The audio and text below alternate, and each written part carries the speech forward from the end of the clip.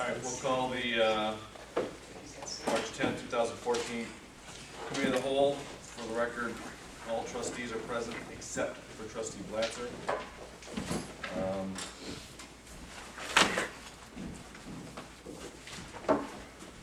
First one is A, the 410 Main Street discussion. Charity? Yep, Mr. Severino's here, he's the owner of 410 Main Street, and he's seeking a variation from the UDO.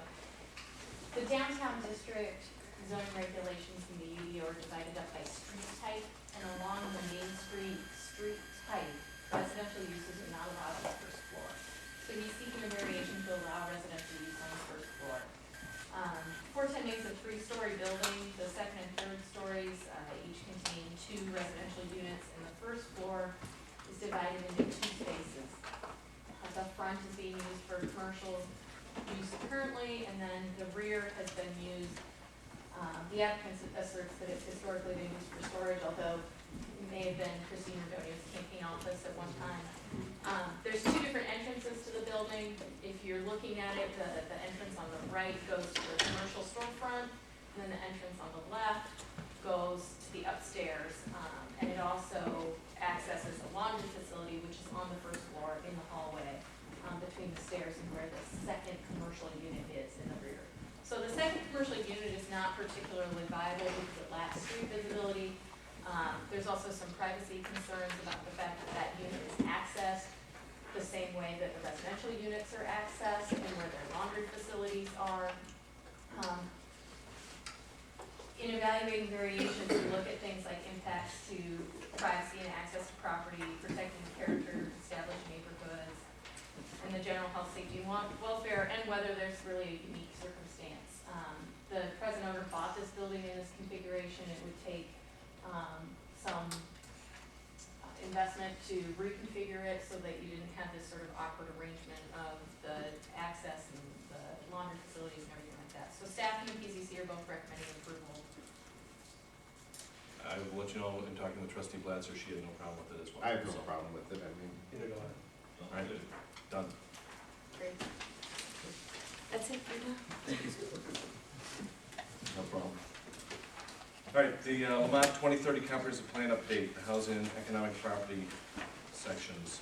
We gonna, is this one on? I mean, I know it's charity, I'm just wondering, is it on? We have Do you want me screens? to, do you want me to do slides? Or not? What is it? You all got the chapters again. We just go through the chapters, that's fine, that's fine, that's fine. All right. So you've seen the housing and the economic prosperity elements back in May. I was not here at the time, and the housing element has been substantially pared down since you saw it in May. It was probably twice this length at the time, just a lot more background information in there that we took out to try and make it a little bit more streamlined. So the vision for the housing element is that in 2030, Lemont will have a cohesive mix of housing products that provides financially attainable options for various socioeconomic groups and ensures that people in all stages of life can call Lemont home. That vision sort of arises from the general vision statements and comments that we got when we did the community survey about how people value that this town is a multi-generational town, that people have their grandparents and themselves and the kids that all live in this town, and so being able to provide a mix of housing products so that people can continue to do that and we're not pricing the next generation out of the community. So I'm going to skip right to the recommendations and the implementation action areas. The first recommendation is to achieve and maintain the right housing mix. So again, looking for a mix of housing. And the implementation action areas there, those implementation steps, the first is to allow detached single-family development with smaller lots. R4 standard is 12,500 square feet. With the Birch Path PUD, we've acknowledged that there may be circumstances where it's appropriate to have a smaller lot, so this is recommending that we create a new zoning district that would allow for these smaller lot sizes than our typical R4 standard. Moving on, allowing the construction of row houses. Right now we limit townhomes to 5 units abreast, and we don't allow any structures that have more than 5 units across. And this is saying that we could do more to encourage single-family attached housing by allowing row houses in the R5 and R6 zoning district, coupled with requirements for articulation of the facade so that you don't have these sort of monolithic structures that become sort of oppressive. Are these 2 stories? Well, On the typical row house. townhomes are, but they don't have to be by definition.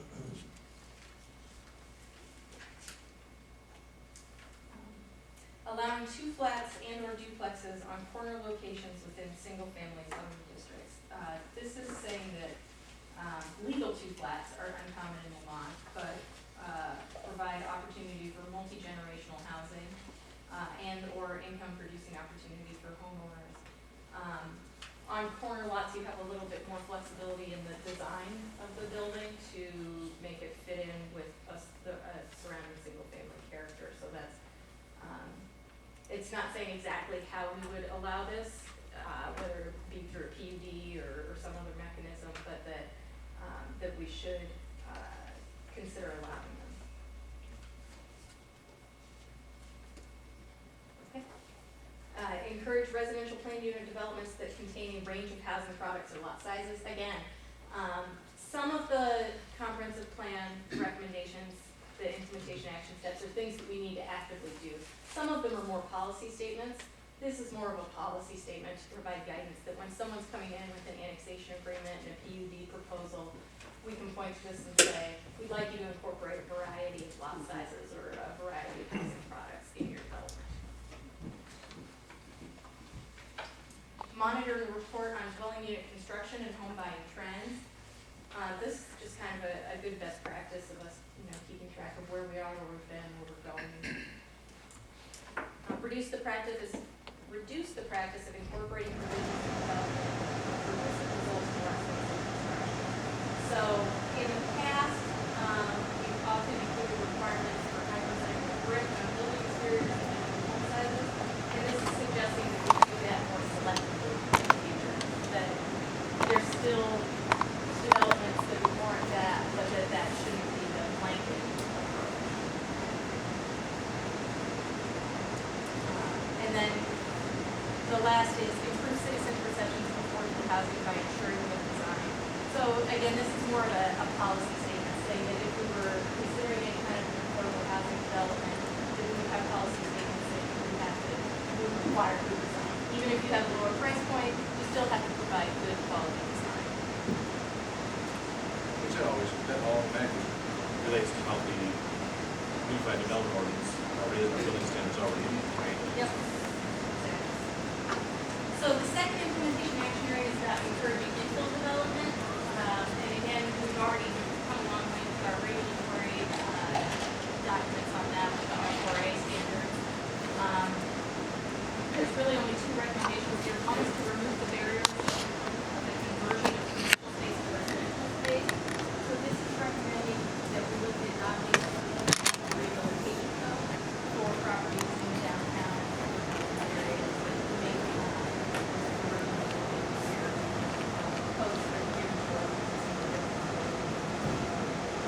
Fire department, is that? yes, that's the recommendation. To be limited to the downtown. This is specific to and then the other recommendation is to amend the zoning to allow more single-family attached options in infill locations. So specifically, the R4A area, there are many locations within that zoning district where townhouse development would be appropriate. And it's in recognition of the fact that sometimes higher density buildings need to wait for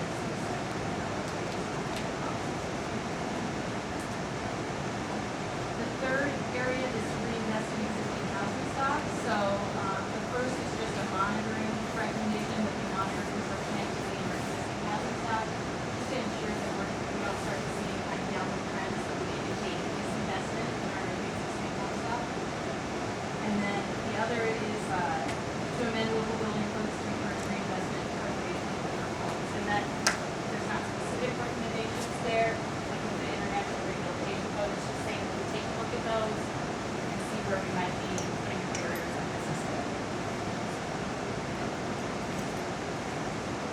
then the last is related to fair housing. And fair housing is different than affordable housing. Affordable housing is housing at a particular price point. Fair housing is providing equal access to housing. So we really haven't done as much with this as we probably should or could be. And actually, I saw something from CNET the other day that HUD and I think some of the other federal agencies are going to be requiring more, requiring local communities to be doing more with regard to fair housing in order to be getting grants and things like that. So we're actually kind of on the forefront. So that's where I'm playing with that. So appoint a fair housing officer and publicize that officer's role. So residents would then be encouraged to contact the fair housing officer about any kind of fair housing issues. And we have that on our website, newsletter. Consider the use of our community development block grant money for areas beyond water and sewer. We're kind of running out of water and sewer projects, so looking at other things that we can do that might encourage housing. And then analyze impediments to fair housing. Again, like I said, this is an area we haven't really been too involved in the past, so let's take a look. If we do have the issues out there in the community, and see what we can tackle those. And then the last is consider, not saying that we have to adopt, but consider visibility programs and building code amendments to improve accessibility to single family homes. This is related to disability. So there's different communities that have these visibility codes that require that someone with a disability would at least be able to visit a home in new construction. Beyond that is universal design, which is the entire structure will be incorporating disability. So we need to look at what things might work for us. We may not want to go for universal design and all new construction or anything like that, but there might be things that you can do to encourage people to be thinking ahead, thinking about what if they did have to fall on this to be able to come back and that's the housing one. Okay, moving on to economic prosperity. None of this is going to be surprising to any of you because we've already started working on some of this. So the vision is that we will have a thriving business community with 2 vacant commercial buildings. Downtown Lemont will be a vibrant mixed-use district that will be shops, restaurants, offices, and homes. Lemont will be a desired destination for visitors from outside the community. And the target industries report that you've all seen in the past sort of forms the basis of this, the background data analysis for this chapter, and suggests that any future incentives or economic development efforts will be targeted towards those target industries. The implementation action areas, the first recommendation is to develop Lemont's product. So this is physical and policy improvements that create an attractive environment for economic development and redevelopment. The first action step is developing lane gateways into Lemont. Gateways are key intersection corridors that represent major points of entry into the community to create a hotspot for allowing amendments to PUDs for infill commercial development. We have some older PUDs where there might be opportunities to put outlots or other kind of infill development on those sites where they have excess parking higher than what our current maximums are, so allowing those. Create master plans for Lemont's economic activity centers. If you remember from the target industry report, there was a map with these various centers that we identify as places where we either have high concentrations of economic activity now, or we think we may in the future. And so this recommendation is saying that we should create sort of sub-area plans for those areas. Annex economic activity centers that are not already within the village, again, moving towards targeting those areas. And vigorously enforce existing property maintenance codes and pursue additional codes as needed. And this recommendation is saying that code enforcement is an economic development issue. That if we have areas, commercial areas, or even residential areas that are on major thoroughfares that look badly, that it is inhibiting our economic development. Establish a community-wide facade and site improvement grant program. site improvement program. It could be a grant or a low-interest loan program, but when you look at something that goes beyond just the boundaries of what was the downtown TIF, to provide a tool for people to be able to reinvest in their property for those existing businesses in the community. Create a white elephants ordinance or policy. This is looking at if we were ever to get a very large scale development, big box kind of retailers in the community, that we would have sort of a policy in place, having them come up with a reuse plan or some other mechanisms in place to ensure that that does not become what they call a white elephant, which is these big empty boxes that just sit there forever and often have restrictive covenants on them that it can't be used for the purpose it was built for.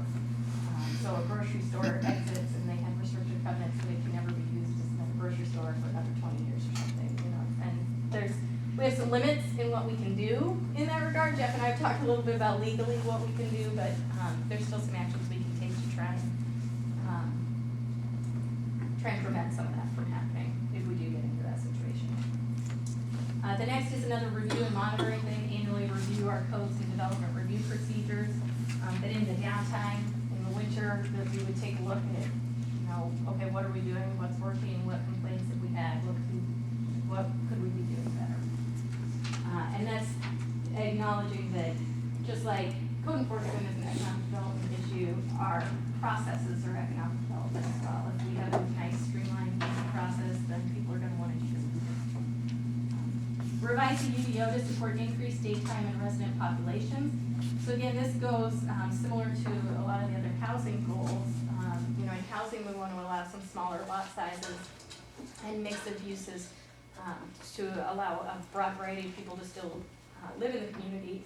Here, this is saying we want to allow smaller lot sizes and a mix of uses because we want it to, we need it to support our economic development goals.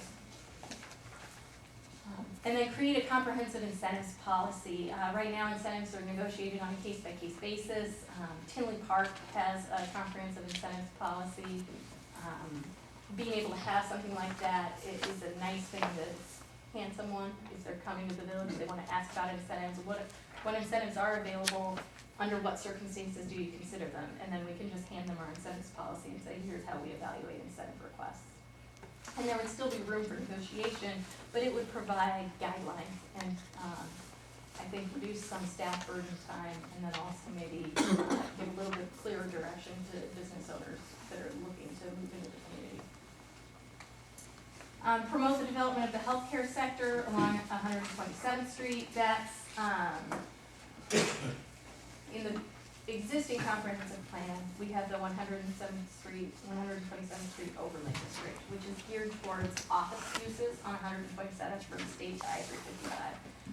Rather than keeping that completely in the code, we'll have some provisions in the future land use section regarding that, but then also this recommendation here. That's what this is sort of geared towards. And then specifically targeting healthcare sector because that's one of our target industries and more likely that sector would be successful near I-355 with the proximity to the hospitals. Maintain existing industrial zoning with very limited expansion. Again, this goes back to our target industries report. Our industrial uses, our manufacturing, and our transportation logistics were preservation targets.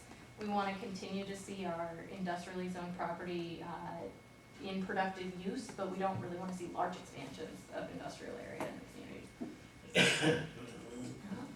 Revise B4 zoning district regulations in the Canal Overlay District. 67% of B4 zone properties are within the Canal Overlay District, which allows for uses related to waterborne shipments in the barge industry. But the B4 zoning district is called an outdoor commercial recreation district. So we need to clean some things up there. And those are allowed as of right, the barging uses in the B4 if it's in the Canal Overlay District. So we need to clean those up.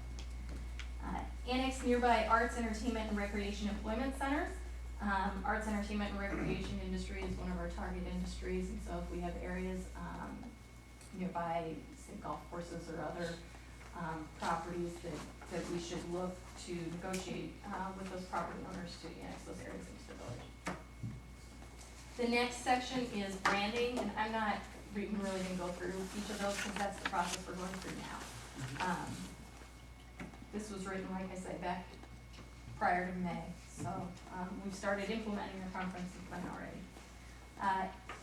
Recommendation 3 is to develop downtown as a destination for residents and visitors. The first action step is to stabilize the I&M Canal Wall and improve water conditions in the canal. When I did a summary of all of the plans that we've had done for downtown over the last 30 years, almost every single one of them talks about improving the canal, preserving the canal, and it's the centerpiece of our downtown, and it's important for the redevelopment of the downtown. So that's what that one is. Create an open-air museum within the downtown. This idea of an open-air museum concept is to continue to build on what's already been done, the efforts of the Art and Culture Commission and other groups that have added historic elements in the downtown. And we have a lot of historic structures that have been restored and preserved, but there's not a lot of interpretation related to that. So the step that we need to make is connecting the average passerby with these historic, with these stories that are being represented in murals or in buildings. So adding that interpretation.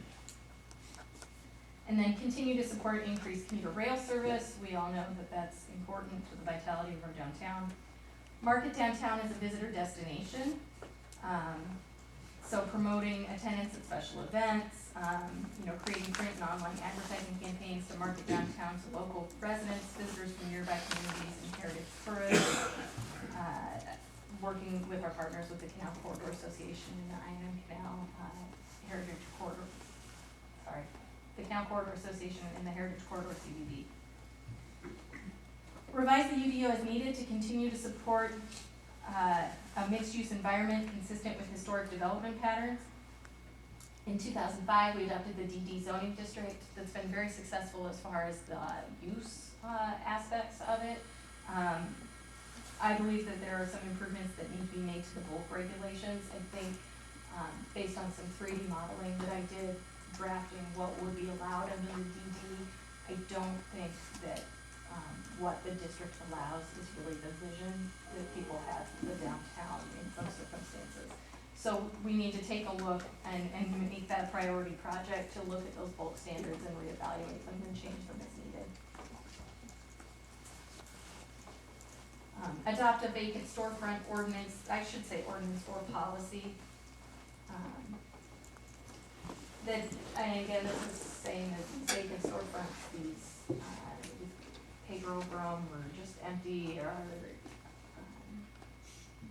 a negative drain on the economic vitality, particularly of the downtown. So looking at a policy or an ordinance that would require or encourage signs or art displays to sort of mitigate that impact of that vacant storefront. And we could even, go so far, there's lots of different ways to do it. We could even have things pre-printed that when people have a storefront that's vacant, we could give them a call, say we have these materials, you can put them in your storefront, it will help beautify the area. It doesn't have to be a heavy handle. And then the last one in this section is create a funding plan to continue maintenance of TIF improvements upon expiration of the downtown TIF. We all know the downtown TIF's expiring this year. What's our plan to, keep up all of those improvements that we've done over the last 20 years? And then the fourth implementation action area is develop and implement a business retention and expansion program. So conduct annual business retention surveys. Increase local shopping through a marketing campaign to educate residents on the benefits of local shopping and assisting local businesses to match their inventory and services to those in demand by local residents. Support retail clusters through advertising. For example, a Lunch in Lemont campaign directed at nearby employment centers.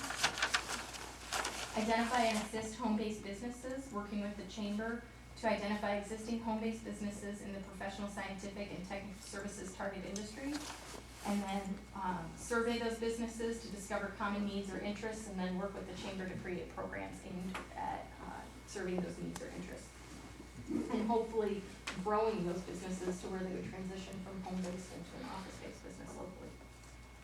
Support the Lemont Art and Culture Commission to further growth in the arts, entertainment, and recreation. The commission's been successful in developing several public art projects, classes, and the Lemont Center for the Arts. And they also work collaboratively with the Artist Guild. We should provide really a dedicated staff liaison to assist with grant applications and other programming needs of the Art and Culture Commission. And then also support the commission in its efforts to raise funds for a permanent center for the arts in the downtown. And the last is to develop and implement a business attraction program. So that last section was all based on businesses in town currently, and this is about attracting new businesses. So create and maintain a sites and building inventory. We've begun to work on this, but to really make that a priority to keep that current and up to date. Cultivate a positive reputation for Lemont in the region by participation in industry group events, particularly real estate industry events. And then pursue healthcare industry businesses. We have quite a few healthcare businesses, particularly, like I said, along 127th Street, working with them to identify other businesses that would be a complementary mix for them, and hopefully try to grow that a little bit in the local economy. And that's it. Great. Any questions, or you guys will be the ones implementing everything, right, as far as on the community development side and working? I got one question. Going back to both the 410 main and the new ordinances here, or the new visions, the maintaining of the first floor level. Can you go back and take that out? Where do we stand? For example,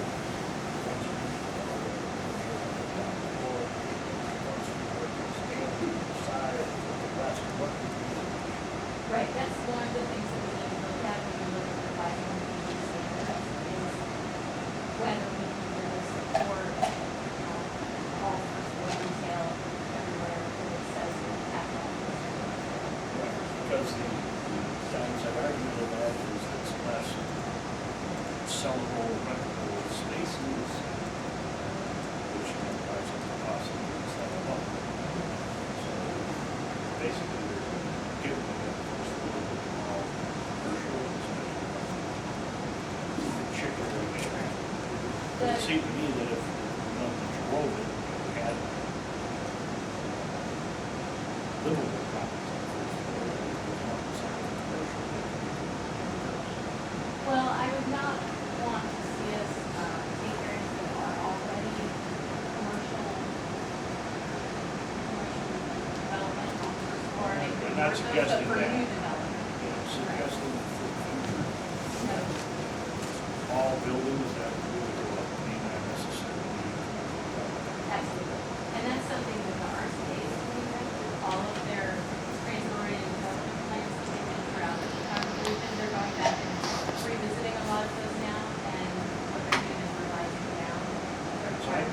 I don't know where we trip on this, but I saw a lot of, and one other thing, you don't mean this negative, but just to point out, we made a lot of assessments, we're talking about, looking at less expensive building standards and architecture, and we minimize the lot size, we minimize the square footage, we allow for continuation of more row houses, we allow for more multi-family on the first floor. Well, it seems that combination, you may swing a little too far to do it. I want to caution that if we're going to a house or a small house, a store, anything, that we may want to maintain some higher level of standards that we do get what I was talking about. We don't end up with my town, we put the inside out, But that's on a case-by-case basis, right? I mean, you're not, no, it wouldn't be. Not if it's a plan, or if you make it the ordinances, it would be allowed, and it would be a variance. Right, it depends what you put in the ordinance, as to what would be allowed, right? What's in the comprehensive plan, I believe most of the things in the housing element are policy statements that we're are open to it, recognizing, right? are recognizing a movement away from our past trend. And I'm not, again, these are my personal opinions, I'm not disagreeing that we may have been too strict, I understand. But I also think we are in caution, if we're not buying them all, snowball them off every old house, tractor builder coming in and having the right to do so without us having anybody to. We had it once, and we didn't like it. It happened back in the 50s and 60s, and we vowed to never let that happen again. I'm vowing to not let that happen again, so. No, I agree. I mean, we'll see these activities will come out under PUD anyway, so we're gonna have all the Well, control and that's of it what I'm as well. saying, it's So, I gonna mean, be that's- by case basis though. It's It's not not, as PUD. These are still these are comp policies, they're not ordinances. I'm just, you know, the more you go away from things, and I'm not against doing them, I'm not against revisiting it. I just don't wanna say, we're gonna throw it all away and well, do we're this. not what, maybe I'm not reading it right, but, 10 years ago, we said 12.5 was the minimum lot size. And we weren't gonna back down on it, not at all. 12.5 was it. Today, we are being a little more forgiving and. I agree, I agree. Right, and that is the one area where it is specifically recommending that we create a change in the code to allow small No lot problem. size. In fact, I think I might have suggested that at one of our earlier meetings in the strategic planning, that what are we to say how many garages you need or how many square feet you should be? We've learned that on 127th Yep. Street with 3 people that went broke and now somebody being successful because we've changed. Mhm. I mean, You did bring up a good point though, Rick. One thing I did forget to mention, it's wonderful. not in the implementation. Okay, a few ones. It's not in the implementation action steps, but there is a recommendation. It doesn't have any specific implementation areas associated with it, but there is a recommendation in the housing element to preserve Lamont's single-family character. Kind of speaking to what you said, not letting the pendulum swing too far the other way. Yeah. And it says that almost any community's identity is forged by the type, quality, and maintenance of its housing stock. Lemont is no different, and for decades our town has been one of predominantly single-family detached homes. This should remain so. Other recommendations within this chapter for a varied housing mix should not be considered in conflict with this recommendation to preserve the single-family character. We don't. Like I've said, I've yeah. seen things, you can go over Lyle over in Seven Bridges, you can see some things that look really